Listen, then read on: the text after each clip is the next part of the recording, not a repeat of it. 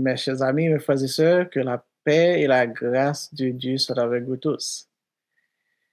C'est avec beaucoup de plaisir nous comptons retrouver nous cet après-midi en ce jour béni pour nous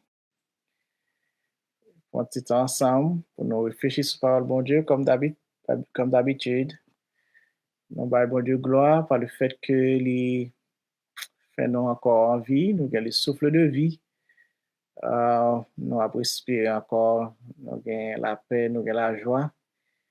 Et nous bâillons bon Dieu gloire pour ça. Nous avons invité nous pour nous passer un moment ça avec nous, un moment de réflexion dans la parole de bon Dieu. Et c'est avant que nous commençons l'étude de voir soya, nous avons invité nous chanter avec moi et ce cantique humblement prosterné Seigneur devant ta majesté. C'est avec ce cantique que nous allons prier le Seigneur ensemble. Et on va donner crédit au Radio Génie TV à la gloire de Dieu. Nous chanter cantique ça pour nous capables de commencer et étude nous pour assurer là. Humblement prosterné, Seigneur, devant ta majesté, je veux implorer la faveur d'un cœur purifié. Je veux un cœur nouveau, le baptême d'en haut, de feu, de foi, de charité, un cœur régénéré. Un cœur patient, humble, joyeux, un cœur semblable au tien, un cœur content, toujours heureux, un cœur aimant le bien.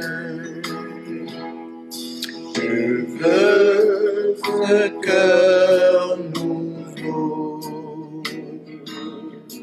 le baptême d'en haut, de feu, de foi, de charité, un cœur régénéré.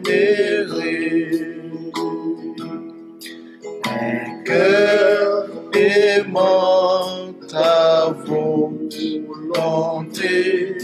prêt droit, prêt à servir.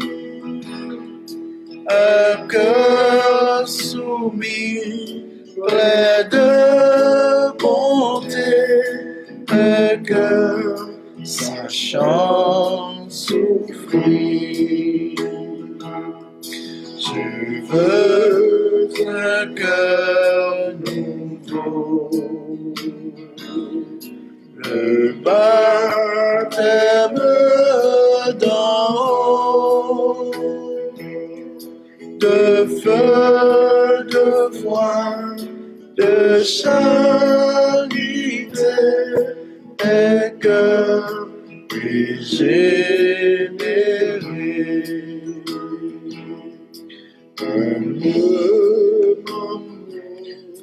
Nous allons prier le Seigneur. Nous allons dire, bon Dieu, merci pour protection, pour faveur. Et aussi, nous allons remettre le moment que nous allons passer. Nous allons demander que le Papa contrôle le moment ça et que ce soit un moment béni pour chacun de nous. Seigneur éternel, notre Dieu, nous bénissons dans le moment ça, nous nous merci. Nous bon louange, gloire, honneur, magnificence que nous seul mérité. Merci pour toute grâce et faveur que nous bénéficions dans nous-mêmes de la part de Jésus-Christ, notre Sauveur. Merci pour la protection que vous nous. Merci pour la joie et la paix. Merci pour les promesses que vous faites sous la vie nous. Merci pour les bénédictions que nous jouissons déjà de nous-mêmes. Nous venons dans un moment, ça côté nous allons remettre un moment de réflexion que nous allons gagner sur parole. Avant de voir prendre contrôle du moment ça. Permettre au Dieu que ce soit un moment béni pour chacun de nous. Nous t'en prions ainsi dans le nom et par les mérites de ton Fils Jésus. À lui seul soit la gloire, l'honneur et la magnificence au siècle des siècles. Amen. Amen. Nous saluons chacun de nous. Nous contents de retrouver nous et en ce jour pour nous continuer traverser ce livre que nous avons commencé il y a quelques mois de cela. Et nous avons approché vers la fin de ce livre. Dans l'étude avant, nous avons regardé relation parents et enfants. Côté parole, bon Dieu, demandez-nous pour parents traiter Simonio et avec amour. Nous avons besoin de discipliner, même dans les moments où nous avons discipliné, eh bien, nous avons besoin de faire ça avec amour pour ne pas sentir que c'est parce que nous avons haine que nous et pour eux, mais c'est parce que nous aimons. Nous tellement aimons, les nous discipliner physiquement, eh bien, nous avons besoin sentir que eh bien, c'est parce que font bail qui mal qui fait nous discipliner, mais c'est pas parce que nous raillons. Mais si nous pas jamais amour, affection, et nous pas jamais montrer que nous avons valeur, et bien, nous avons discipliné, et bien, il a senti que c'est haine, c'est railler, nous railler, ça fait éloigner de nous-mêmes, et ça fait devenir des vagabonds et des vagabondes. Maintenant, je disais, nous allons aborder un sujet qui est un petit peu brûlant, c'est relations et maître et esclave. Et nous, dans l'étude avant, nous avons souligné ça. Nous avons souligné ça, bien que nous n'avons pas de chance pour nous toucher. Je veux dire, nous allons regarder un petit peu. Sujet ça est un petit peu brûlant, nous dit, il crée beaucoup de problèmes pour nos autres chrétiens et à un point où il y a certains qui sont hostiles à l'évangile parce que je crois que la Bible doit condamner l'esclavage.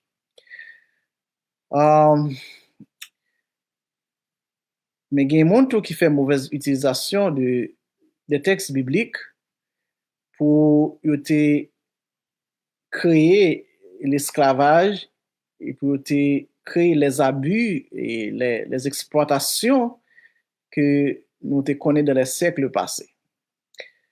Alors, regardez comment la Bible a abordé cette question-là. Nous allons aller dans l'Ancien Testament d'abord et ensuite nous allons aller dans le Nouveau Testament. Et nous allons regarder les textes que nous gagnons dans Éphésiens chapitre 6, là, verset 5, pour arriver dans verset 9. Là. Et nous allons regarder après, mais nous allons regarder qui ça. L'Ancien Testament est dit sur question esclave. Nous voyons que dans l'Ancien Testament, certaines formes d'esclavage, bien entendu, non violentes et bénéfiques, étaient permises. L'Ancien Testament, la Bible te permet, ou bien bon Dieu te permet. Et nous avons dit même encourager, d'après si nous considérons certains textes de l'Ancien Testament.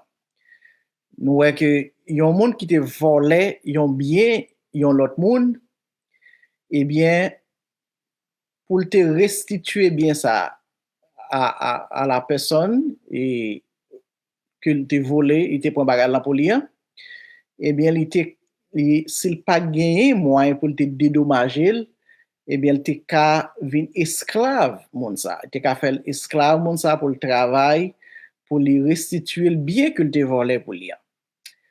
Certainement, une telle situation, nous pensons que les mieux que le système que nous avons aujourd'hui, système nous gagnons aujourd'hui, les gens volent, ça dépend de ça le volet, ils passent des années dans prison, ça dépend. Il y a un vol même qui aller jusqu'à toute vie moun dans prison, ça dépend de qui ça le volet. Et les n'a comparé du système ça yo, système nous gagnons aujourd'hui avec système moun a fait esclave, moun qui te volé bien pour restituer bien. Parce que système, la Bible, est mieux que le système que nous gagnons aujourd'hui. Deuxième bagage, quand on a regardé, nous voyons que les Israélites, ils ont acheté esclaves des nations païennes et qui les entouraient. Et nous, dans Lévitique chapitre 25, verset 44, il dit, c'est des nations qui vous entourent que tu prendras ton esclave et ta servante qui t'appartiendront. C'est d'elle que vous achèterez l'esclave et la servante. Nous voyons que bon Dieu t'a pas permission pour le peuple Israël de acheter esclaves des autres nations païennes, des nations environnantes. Cependant, ils n'ont pas doué fait compatriotes yo vin esclave. Bien que yon compatriote te ka volontairement soumettre tête li au service des autres jusqu'à l'année du jubilé. Alors, l'année du jubilé, c'est pendant l'année ça, il était doué, tout esclavage était doué libéré. Nous voyons ça dans verset, toujours, Lévitique chapitre 25, verset 34 à 39, bien entendu. Il dit, si ton frère devient pauvre près de toi et qu'il se vende à toi, tu ne lui imposeras point le travail d'un esclave. Il sera chez toi comme un mercenaire, comme celui qui y demeure. Il sera à ton service jusqu'à l'année du jubilé. Alors, nous voyons que dans ce système-là, et la Bible, à maintes reprises, pas encourager la violence. Même dans l'Ancien Testament, côté il était plus ouvert et accepter le système de l'esclavage, mais par aucun côté, la Bible était encourager la violence et l'exploitation. Ici, les si fort, les pauvres, et les vins vendre tête li à eux-mêmes, et bien, on pas doué imposer le travail d'un esclave. La caillou comme un mercenaire, c'est comme un monde qui travaille, et nous t'a dit, et qui la prête la caillou jusqu'à l'année du jubilé, et là, pendant l'année du jubilé, tout esclave était de libérer, et bien, il a libéré mon ça. Durant cette période de service, il était de traiter moun sa qui était venu esclave comme des domestiques et non comme des esclaves. Et nous ça dans chapitre 25, verset 40, 41 et 46. Nous pas doué non plus maltraiter les esclaves d'entre les païens. Même là, ils ont droit pour acheter les esclaves des nations païennes, mais ils n'ont pas doué. La Bible pas de autorisation, mais bon Dieu pas de autorisation pour yo te maltraiter yo. Et si maintenant te maltraiter l'esclave là, il te doué, alors si maintenant par exemple il t'a blessé l'esclave là, eh bien à cause de abus ça le fait là, eh bien il te doué libérer l'esclave ça. Même là c'était une dette il te doué ou bien quelque chose ça le te ya, eh bien s'il t'arrive maltraiter, abuser lui ou bien blesser lui, eh bien, il t'a dû immédiatement libérer. Nous voyons ça dans Exode chapitre 21, verset 26 et 27. Et il y a de bail asile et protection avec un esclave et qui t'a servi un maître qui brutal. Euh, Deutéronome 23, verset 26-27. Si yon maître, par exemple, il t'a abusé un esclave, eh bien, si esclave ça échappé, ou bien au monde, une autre nation, ou bien le peuple Israël, si c'est un esclave dans l'autre nation, eh bien, il y a de balles asile et protection.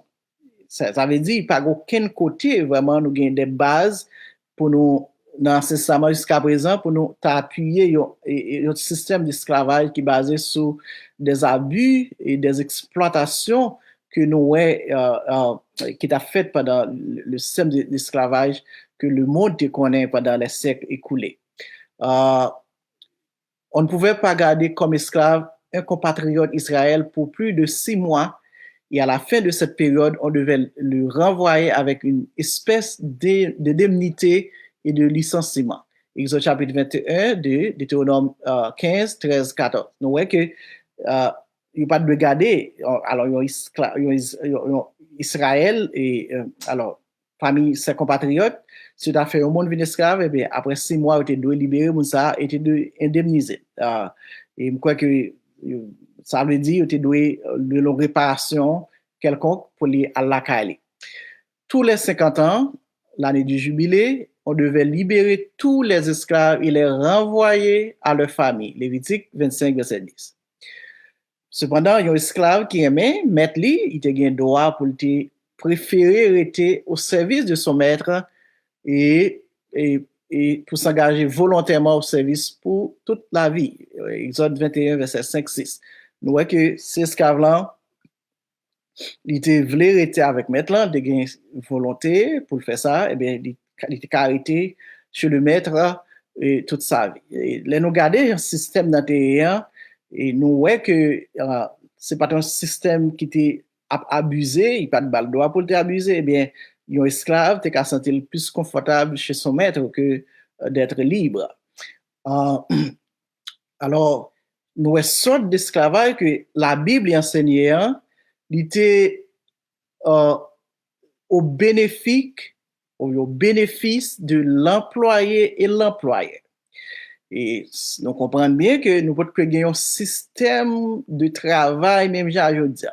Ça fait là, mon avoye monté, il a parlé la Bible mal, il a dit des bagailles, fait go l'estomac, des bagailles, je dis, faut pas songer l'histoire.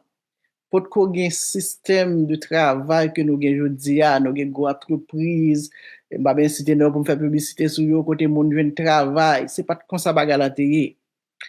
C'est pas comme ça bagalanteye. Pas de système moderne ça nous gagne côté gain employeur gain grosses entreprises entreprises qui a des milliers de monde de travail. Ça veut dire système ça que gagnant c'est un système qui est au bénéfice des gens démunis, des gens qui pas de moyens, eh bien ils ont qu'à aller travailler avec l'autre monde, avec l'autre monde qui a plus moyens que eux-mêmes et que ça te bénéficié les deux. C'est ça, mes amis. Là, on a monter sur la Bible, il faut prendre le temps pour le réfléchir et étudier quelques bagailles avant de monter. Ici, dans la section que nous allons voir, dans Éphésiens chapitre 6, verset 5, là, quand elle dit, serviteurs, obéissez à vos maîtres selon la chair, avec crainte et tremblement, dans la simplicité de votre cœur, comme à Christ. Maintenant, nous pas fini tout texte, on a passé sur lui tout à l'heure. Ici, dans cette section, apôtre Paul il va aborder la question aussi, nous sommes dans le Nouveau Testament, de la relation de l'esclave et le maître. Dans l'Antiquité, je ne souligne là, l'esclavage était considéré comme un fait normal. C'était comme un fait normal. Et toute la structure de la société, par exemple, la société romaine, était dépend de l'esclavage. À un certain point, l'esclavage était suivi de la croissance de l'État romain jusqu'à ce que il était changé même base économique de la société. Il était éliminé, ça n'allait la main d'œuvre libre et que était remplacé par presque toutes les industries aux mains d'esclavage, aux mains d'esclaves. Et à l'époque du Nouveau Testament, il y a un pile esclave qui était né esclave. Et et leur nombre était constitué presque d'un tiers de la population de l'Empire, surtout l'Empire romain. Presque un tiers. Ça veut dire que c'était un pile monde qui t'a travaillé avec monde la caillou. Bien que les esclaves étaient considérés comme le bien des maîtres, mais bien souvent le sort des esclaves est meilleur que celui des hommes libres. Encore, ce sont des choses que nous besoin comprendre. Et les m'a t'as regardé quelques bagages sur études ça, moi découvrir bagages ça que peut-être pas connaître.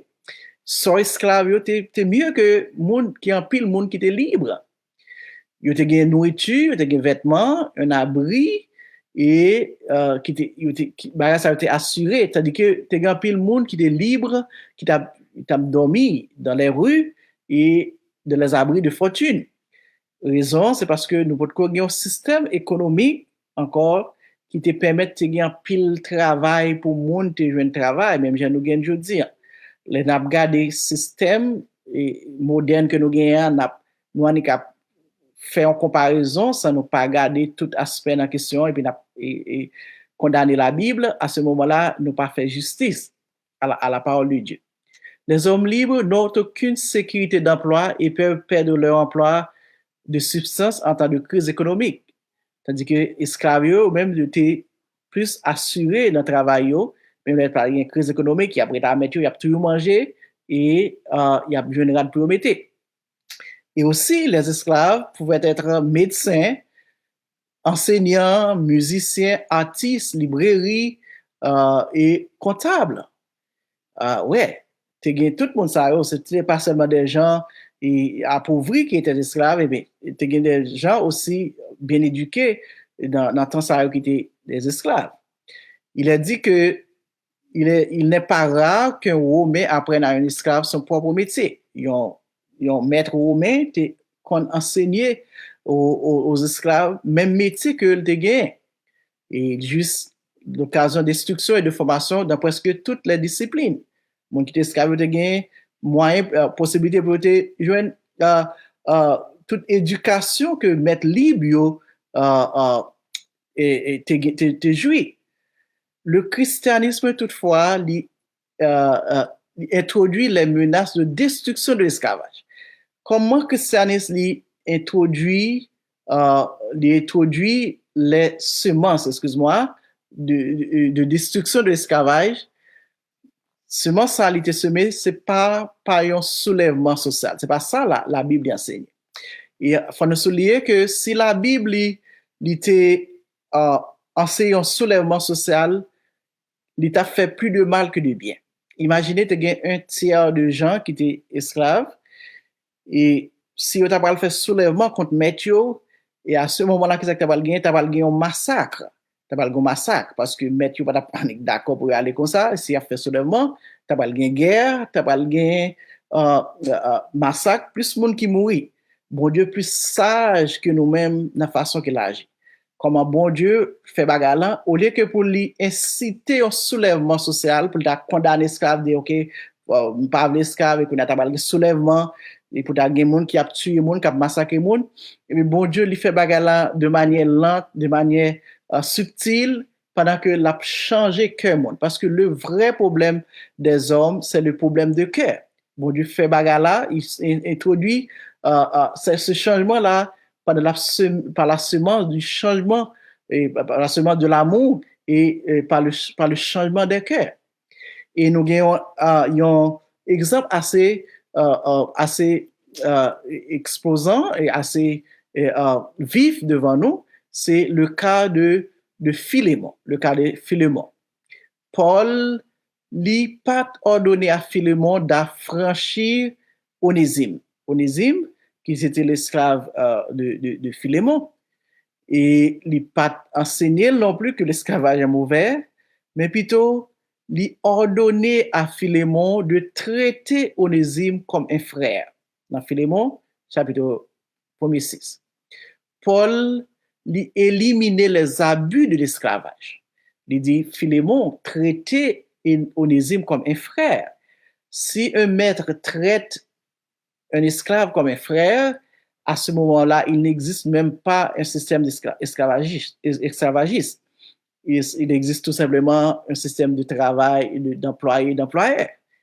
Vous voyez, il y a un écrivain qui dit, du nom de Marvin Vincent, il dit, alors, les principes de l'évangile ont non seulement les réduit, alors il dit réduit l'esclavagisme, mais détruit même la chose elle-même. Mais détruit la chose elle-même, car il ne pouvait exister sans les abus. Détruire ces abus, c'était le détruire lui-même. Alors, et Salah Abdillah, il dit le fait que la Bible il détruit abus dans la question de l'esclavage, eh bien, la Bible il détruit l'esclavage même parce que l'esclavage n'a pas exister sans les abus. Maintenant, et alors, Paul, dans le texte de Sotia, il dit, esclavage a besoin d'obéir avec maître. Même Jean bon Dieu fait comme au Seigneur. Maintenant, il y a un pile monde qui fait un pile, je me dit tout à l'heure, un pile parle en pile sur ça, la Bible de condamner. Mais il faut nous garder l'autre partie du texte aussi. La Bible il dit, maintenant, il doit obéir à serviteur a besoin d'obéir à maintenant. Et nous pensons que, à mon avis, il n'y a rien de mauvais. À nous garder le système moderne que nous gagnons aujourd'hui. C'est un système d'esclavagisme. Un système d'esclavagisme moderne. Well, je ne peux pas me permettre, pour mal travail, pour me river, pour me claquer dans le travail là, et n'importe l'emblé. Tout le monde qui travaille aujourd'hui dans le système moderne que nous sommes pas esclaves là, ou pas de liberté. Ou pas de liberté. L'arrivée au bon l'heure pour claquer dans le travail là, en France, on dit puncher. Faut puncher à l'heure, supposé puncher à. Et l'on fait puncher ou pas qu'on qui vient de travail là pour croiser bois pour être, pour parler et puis pour quitter le travail. Faut qu'on travaille et on suppose travailler selon la description des tâches que vous avez. Ça c'est deux. Et on regarde le cas d'un chrétien. Disons que un chrétien qui est dans le travail et puis chrétien dit bon c'est chrétien mieux pas esclave il pas qu'à forcer me travail pour dire mais puis description de tâches pour me faire et faut me faire sembler ou penser le tape au profit de l'image de l'évangile pour un chrétien dans le travail et puis ses comportements ça pour le tape affiché ou bien pour tout simplement pas aucun respect pour son patron son boss parce que tout simplement la Bible t'a dit faut que la Bible pas d'accord à ça la Bible t'a enseigné le contraire. Je pense que ça va faire du bien à l'image de l'évangile pour chrétien afficher de tels comportements. Je pense que c'est dans ce contexte que la Bible est conseillée aux esclaves ou bien aux serviteurs de respecter son maître. Mais cela ne se termine pas là. Et dans le verset 9, il dit « Et vous, maîtres, agissez de même à leur égard. » Je pense qu'en pile fois, nous oublions, nous en avons ça nous besoin dans la Bible pour nous faire gros l'estomac, mais nous quitter le reste. Le texte dit maintenant, il doit agir de même façon avec l'esclave ou bien au serviteur. Ça veut dire maintenant de traiter avec respect, il doit traiter comme des humains, il doit abstenir, le texte continue pour dire abstenez-vous de menaces, sachant que le maître et le vôtre est dans les cieux. Ça veut dire, la Bible dit, maintenant, il y a un plus gros maître que ni employé, ni employeur, ni esclave, ni maître, c'est bon Dieu. Ça veut dire que tous les deux, ils ont besoin de traiter l'autre d'une manière qui plaît à Dieu.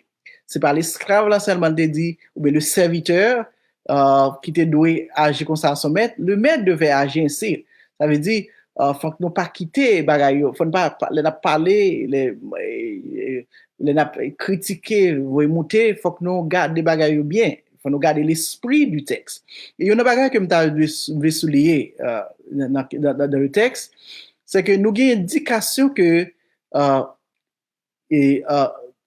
ici dans le texte que la Bible traite, c'est pas le système d'esclavage qui était instauré vers 16e, 17e, 18e, 19e siècle, qui était qu'on appelle violence exploitation. Ouais, c'est pas c'est pas ce système-là que la Bible t'a pas croyé. Nous sommes dans l'Ancien Testament que la Bible lui dit qui genre de relation de travail maître-esclave que encouragé. Et dans le Nouveau Testament, nous voyons que le contexte ici, dans Éphésiens chapitre 6, c'était des esclaves de maison. Voilà l'argument que nous avons pour soutenir cette position-là. Nous voyons dans le chapitre 1er, chapitre 6, là, alors, dans le chapitre 5, là, il commençait avec relation mari et madame. Il était avec ce chapitre 6 là pour parler de relation enfant et parents. Et tout ce qui est dans la relation enfant et parents, eh bien, il entre dans la relation esclave et maître. Et c'est pour dire que le système d'esclavage que la Bible parlait ici, c'est le système qui était monde qui travaille dans les maisons, mais ce n'était pas le système d'esclavage dans les champs, côté nous te connaît et tu as exploité les Noirs, mais nous sommes en Afrique et à faire travail dans les champs, fouetter ou battre, faire passer misère. C'était pas ça que la Bible admet. C'est pas le système ça que la Bible admet. Et texte de nous, bon Dieu dit la récompenser les deux, ni esclaves ni maîtres. Ça veut dire que tous les deux, ils étaient doués traiter l'autre de manière à ce que bon Dieu lui prend plaisir. Et si maintenant il traiter esclave là pour faire que bon Dieu content et esclave là traiter et maintenant pour faire que bon Dieu content, eh bien nous voyons que il y a une harmonie, il n'y a rien de mauvais là-dedans, il n'y a rien de mauvais. Maintenant pour que ça relation maintenant et serviteur là était de refléter la gloire de Dieu, eh bien nous sommes soulignés, c'est parce que l'esclave soit libre, soit esclave, tout le monde a recevoir de bon Dieu ça que selon ça que été fait. Maintenant, nous sommes soulignés bien.